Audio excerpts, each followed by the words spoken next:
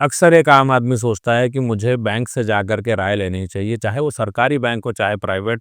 हम सभी के मन में ये आता है कि भाई बैंक वाले हैं, हमसे ज़्यादा जानते हैं, बैंक वाले हैं, इनसे राय ले लेते हैं। आखिरकार उन पे एक भरोसा है।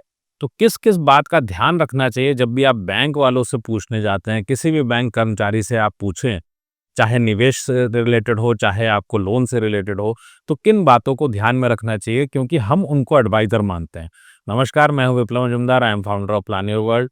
हम आपके लिए प्लान योर वर्ल्ड पे ट्रेनिंग्स करते हैं ताकि आप अपने एडवाइज़र खुद बन सकें। हमारा फोकस यूट्यूब की अर्निंग्स पे नहीं होता है बिल्कुल भी, हमारा फोकस होता है कि लोग जागें, वो अपनी ज़िम्मेदारी खुद पहचानें कि उनका पैसा उन्हीं को मैनेज करना पड़ेगा, कोई दूसरा व्यक्ति उनका पैसा मैनेज नहीं करेगा और फाइनेंशियल एजुकेशन इंडिया में नहीं है। हम अगर इस टॉपिक की बात करें कि बैंक में जब हम जाते हैं तो बैंक वाले अल्टीमेटली क्या करते हैं, कैसे चलता है एक बैंक, हम जाते हैं एक एडवाइस लेने, क्या होता है? सबसे पहले बात आती है कि बैंक की कमाई कैसे होती है, बैंकिंग आखिर चलता कैसे है? देखिए, बैंक का सिस्टम बड़ा सिंपल सा है। आपने डिपॉज़िट किया, आप सेविंग्स अकाउंट में पैसा रखें, आपको 2% 3% का ब्याज मिले, आने वाले समय में हो सकता है ये ब्याज भी ज़ीरो हो जाए। क्योंकि जिस तरह से चल रहा है हो सकता है आपको बैंकिंग सिस्टम में पैसे रखने के लिए आपको पैसे देने पड़ें, चलेगा। बट बैंक कैसे चलता है? बैंक आपसे पैसा लेता है, जितना कम कॉस्ट ऑफ बोरोइंग होगी, उनके लिए क्या है, आपने डिपॉज़िट दिया है, तो आपको 2% देना पड़ा, 5% देना पड़ा, तो ये एक खर्चा है बहुत बड़ा। और उनके लिए एसेट क्या है? उनके लिए एसेट है लोन।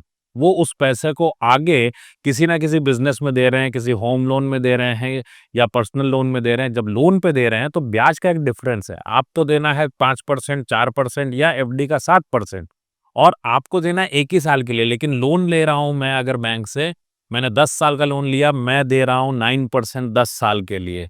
20 साल के लिए तो 20 साल के लिए लोन हो गया। आपको एफडी 7 ही % पे मिलती है। बैंकिंग में ये जो डिफरेंस है इंटरेस्ट का, बैंक इससे कमाती थी। तो धीरे-धीरे क्या हुआ कि बैंकिंग में बहुत सारी सैलरीज़ बढ़ गई, इनके ऑफ़िसेज़ बहुत अच्छे हो गए, एसी का खर्चा है, हाई-टेक ऑफ़िसेज़ बना के बैठे हैं, बहुत ज़्यादा लग्ज़री पे चलते हैं। तो खर्चे इतने ज़्यादा बढ़ा लिए बैंकों ने अपने कि इनके लिए अब कमाई के दूसरे साधन चाहिए थे। तो इनका दिमाग गया, स्पेशली अगर भारत की सबसे बड़ी प्राइवेट बैंक की बात करूँ तो उसको देखा-देखी सरकारी बैंकों में भी ये हो गया और सबका दिमाग गया एक बात पे कि भाई ये कस्टमर के अकाउंट में पैसे रखे हैं, इसको फ़ोन करो। आपका डिपॉज़िट देख कर के बैंक आपको फ़ोन करता है या फिर आप बैंक में जाते हैं, आपके मन में आता है कि भाई बैंक वाले हमसे ज़्यादा जानते हैं, चलो इनसे पूछते हैं। तो क्या होता है? अल्टीमेटली आपके मन में है कि मुझे अपने जीवन से रिलेटेड चीज़ें चाहिए और बैंक वाला क्या चाहता है, दोनों वर्ज़न को एक साथ समझते हैं, एक-एक करके। मैटर क्या है, बैंक एम्प्लॉयी जब आता है तो उसका टारगेट क्या होता है? आप बैंक में जाइए, सरकारी बैंक में जाइए, कैशियर हो या किसी भी जगह पे कोई भी बैंक एम्प्लॉयी बैठा है, अगर जान जाए आपके खाते में पैसा है, तो आज की डेट में बात करता है कि इंश्योरेंस प्लान आया है, एक चाइल्ड प्लान आया है, कुछ नहीं तो बोलेगा एक पेंशन प्लान आया है, किसी में तो फँसोगे। क्यों? Third party product. बैंक क्या करता है, बैंक आज की डेट में चाहे इंश्योरेंस हो, चाहे आपका म्यूचुअल फंड हो, चाहे शेयर ब्रोकिंग हो, इन सब में बैंक एक ब्रोकर है। इसकी जो एंटिटी है वो अपने आप में एक ब्रोकर वाली है, पहले तो इस बात को दिमाग में बैठा ले। जो एम्प्लॉयी वहां पे है उसका काम है अपनी सैलरी का 5 गुना सैलरी लेके आना, अपनी सैलरी से 5 गुना इनकम लेके आना। तो वो क्या करेगा, वो म्यूचुअल फंड भी बेचेगा एंड ऑफ द डे, वो आपको इंश्योरेंस भी बेचेगा, उसको जो टारगेट मिला है वो बेचने वाला है, उसको कोई फर्क नहीं पड़ता कि आपको क्या चाहिए। अब आप क्या चाहते हैं? आपने कहा कि मेरे बच्चे के लिए फलाना चीज़ चाहिए, मैं इन्वेस्ट करना चाहता हूँ। मुझे हैरानी होती है और बहुत कष्ट भी होता है। कष्ट इसलिए होता है क्योंकि हम भी मिडिल क्लास से रहे हैं। पिताजी को देखा है छोटे-छोटे पैसे इकट्ठा करते हुए, मम्मी को देखा एक-एक पैसे को इकट्ठा करते हुए और लास्टली क्या होता है, आपको दिखता है कि एक प्लान बेच दिया गया। आपको दिखता है कि उन्होंने एक हमको कोई ना कोई पेंशन प्लान दे दिया और इनफैक्ट सबसे ज़्यादा मिस सेलिंग की अगर बात करूँ तो सबसे ज़्यादा मिस सेलिंग अगर कोई करता है, ये इतिहास है। बड़ी-बड़ी नामी बैंक्स हैं, अगर आप चेक कर लें, मिस सेलिंग करके डाल दें, स्पेशली फॉरेन बैंक्स का, तो आपको दिख जाएगा मल्टीपल केसेस। क्यों? Miss selling is highest among banks. आपको एक बैंक कर्मचारी सबसे ज़्यादा बेवकूफ़ बनाता है, कारण क्या है? मैं आपको एक छोटा-सा एग्ज़ाम्पल देता हूँ। 2-3 साल पुरानी बात है। एक दवाई के मैन्युफैक्चरर के यहाँ से मुलाकात हो गई पार्टी में। सो उन्होंने कहा कि मेरे को मेरे बैंकर ने 5 लाख का एक इंश्योरेंस प्लान दिया। सो मैंने उनसे कहा कि इसमें काफ़ी पैसा कटा है आपका, लगभग लगभग जो चार्जेस गए हैं आपके, वो मिनिमम साइड पे अगर जाएँ तो पहले साल का पूरा प्रीमियम गया। अब बोले नहीं, मेरा बैंकर मेरे साथ ऐसा नहीं कर सकता। मैंने कहा आप कुछ मत करिए, आप अपने बैंक मैनेजर को फ़ोन करके कल सुबह पूछ लीजिएगा। उनका मेरे पास शाम को फ़ोन आता है, बोलते हैं कि मैनेजर के वर्ड्स ये हैं कि साहब मैं भी इस प्लान को जानता नहीं था, लेकिन अब ये तो हो गया है। क्या करेगा बेचारा? कुछ कर सकता है? याद रखिए, जब भी बैंक से आपको कुछ भी पूछना हो, एडवाइस मत लीजिए। बैंक के कर्मचारी सबसे कम चीज़ों को जानते हैं, उनके पास में एक शीट होती है या सॉफ्टवेयर होता है, उसको देख कर के बता देते हैं। आपको अगर लगता है कि इनको फाइनेंस के बारे में बहुत आता हो, तो बिल्कुल भी नहीं, इन्वेस्टिंग के बारे में नहीं आता है इनको। इश्यू क्या है? Conflict of interest. सबसे ज़्यादा कॉन्फ्लिक्ट ऑफ इंटरेस्ट बैंक्स में मिलता है। उनको एंड ऑफ द डे अपने टारगेट से मतलब है, आपके घर में कोई मरे जिए इससे कोई फ़र्क नहीं पड़ता उनको। दूसरी प्रॉब्लम क्या आती है? आज आपका आरएम एक्स बंदा है, अगले साल वो बंदा चेंज हो गया। अब उसकी अपनी स्ट्रैटेजी होगी, उसके अपने टारगेट्स होंगे, उसको प्रमोशन जल्दी लेना है तो आप उसको बियर करें। सबसे बेहतर तरीका होता है, मैंने देखा जितने भी अमीर लोग हैं जो अपने बहुत सक्सेसफुल हैं, फाइनेंस को मैनेज कर पाते हैं। क्यों कर पाते हैं? वो उस आरएम से काम निकलवाते हैं।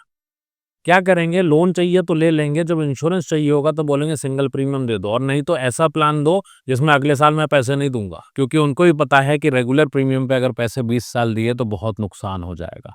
अगर आपको जानना है कि बैंक वाले को टेस्ट कैसे करें, तो आप उससे पूछिए कि रियल रेट ऑफ रिटर्न क्या होता है। बैंकर्स को पता ही नहीं होता। आप उनसे पूछो कि इंश्योरेंस के कौन से क्लॉजेज है जो आपके वाइफ को बताने, उनको वो भी नहीं पता होगा। क्लेम से रिलेटेड सवाल, उनका सिस्टम क्या है? एक बैंक का बंदा होगा, बैंक एश्योरेंस का, वो आएगा बैंक कर्मचारी के साथ और इंश्योरेंस बेच के चला जाएगा। आपको कभी जीवन में पता ही नहीं चलता कि आपने खरीदा क्या है। आपको अगर बैंक से और सवाल पूछने तो पूछिए कि डायरेक्ट प्लान कैसे लेना है, मुझे ब्रोकरेज नहीं देनी, और देखिए उसके चेहरे पे क्या भाव आते हैं। पूछिए उससे कि short term capital gain, long term capital gain किस फंड में कितना होता है, कितने समय तक पैसा रखने से किस फंड में क्या होने वाला है। तो 90% चांसेस ये होते हैं कि उनको बाकी किसी का भी पता नहीं होता, सिर्फ अपनी बैंक का पता होता है कि उनके बैंक में कौन सा फंड अवेलेबल है।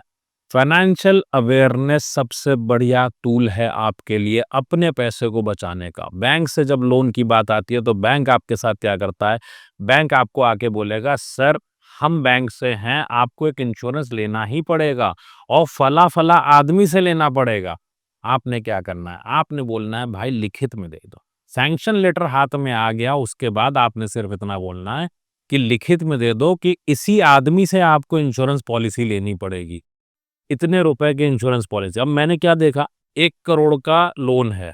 अब 1 करोड़ के लोन के ऊपर आपको अगर इंश्योरेंस देना ही था 1 करोड़ का, दे देते। 20 लाख का इंश्योरेंस दिया, क्यों? मकसद सिर्फ इतना है कि कमीशन आ जाए। 48 साल के व्यक्ति को अगर वो पूरा पूरा इंश्योरेंस देने जाएंगे तो मिलेगा ही नहीं। बहुत सारे मेडिकल्स होंगे। बैंक को क्या चाहिए? सिर्फ और सिर्फ पॉलिसी इशू हो जाए। दूसरा स्कैम सबसे बड़ा लगता है इसके अंदर में, जब होम लोन के ऊपर वो इस इंश्योरेंस के प्रीमियम को, मान लीजिए 20 साल का आपने होम लोन लिया, 20 साल का इंश्योरेंस का जो प्रीमियम है पूरा लोन अमाउंट पे जोड़ देते हैं और वो भी आप ईएमआई में पे करते हैं ब्याज के साथ।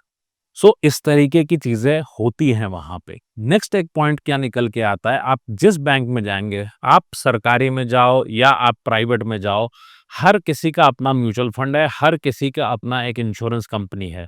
ये आपको वही प्लान देंगे जो प्लान उनकी अपनी कंपनी से रिलेटेड हो। बाहर अगर कोई प्लान अच्छा है, उनको कोई लेना देना नहीं है। मैं यूट्यूब पे देखता हूँ, वो बोलते हैं कि उन्होंने प्लान खरीदा, म्यूचुअल फंड का डायरेक्ट प्लान है क्योंकि उन्होंने बैंक से खरीदा। तो आपको बताऊं, अगर आप इस वीडियो को देख रहे हैं, अगर आपने बैंक से कोई भी प्रोडक्ट खरीदा है तो it can never be direct, क्योंकि बैंक आपको डायरेक्ट प्लान देता ही नहीं है। बैंक को इंटरेस्ट सिर्फ इसमें है कि आपसे ब्रोकरेज अर्न किया जाए। सो अगली बार आप बैंक से एडवाइस लेना चाहते हैं या किसी भी दूसरे बंदे से आप एडवाइस लेना चाहते हैं, तो याद रखिए, फाइनेंशियल एडवाइजर्स हों, बैंकर्स हों, इंडिया में नहीं हैं जो आपको एडवाइस दे सके। वो उतने पढ़े लिखे ही नहीं होते। ये सच्चाई को एक्सेप्ट कर लेंगे, तो आपका एक रोल है, आपके बच्चे हैं, उनको आपको पढ़ाना है, उनकी ज़िंदगी इम्पोर्टेंट है, आपका रिटायरमेंट है। आप माँगते हो मुझे रिटायरमेंट अच्छा चाहिए, वो चाहते हैं कि पेंशन प्लान ले लो। इसीलिए आपके पास जितने भी बैंक वाले प्रपोज़ल्स देते हैं, आपके पास में होना चाहिए एक टूल कि हम अपने प्रपोज़ल को कैसे चेक करें। बैंकर ने बताया या किसी ने ही बताया, सीए ने बताया कि आपको अल्टीमेटली रिटर्न कितना मिल रहा है, आपकी वेल्थ कितनी बनेगी। सो आपके पास जितने भी प्रपोज़ल हैं, हर इन्वेस्टमेंट को चेक करो। आप अगर ऑलरेडी किसी इन्वेस्टमेंट को कर रहे हैं, तो रोक करके चेक करो। कहीं ऐसा ना हो कि आपके साथ भी बहुत बड़ा अघोषित स्कैम हो रहा हो कि जहाँ पे आप पैसा सेव अपने लिए कर रहे हो, लेकिन उसका असल फ़ायदा बैंक को या किसी एडवाइज़र एजेंट को मिल रहा हो। सो वीडियो कैसी लगी मुझे कमेंट करके बताइएगा। वीडियो को ज़्यादा से ज़्यादा लोगों को शेयर करिएगा और एडवाइस लेनी हो तो सिर्फ़ और सिर्फ़ ट्रेनिंग लेके अपने ऊपर भरोसा करो। और हाँ, प्लान योर वर्ल्ड पे हमने इसको इस तरह से बनाया है, ट्रेनिंग लेने के बाद आपको क्या दिखता है कि आप किसी एडवाइज़र पे भरोसा नहीं कर सकते, आपकी दुनिया में ऐसे एडवाइज़र ही नहीं है। आप पूरी ज़िंदगी अपडेटेड रह सकते हो इसी प्लेटफ़ॉर्म पे ताकि कभी आपको किसी एडवाइज़र पे डिपेंड होना ही ना पड़े। अल्टीमेटली अपनी सुरक्षा अपने हाथ में है। अपना पैसा अपने हिसाब से मैनेज करिए स्किल के साथ।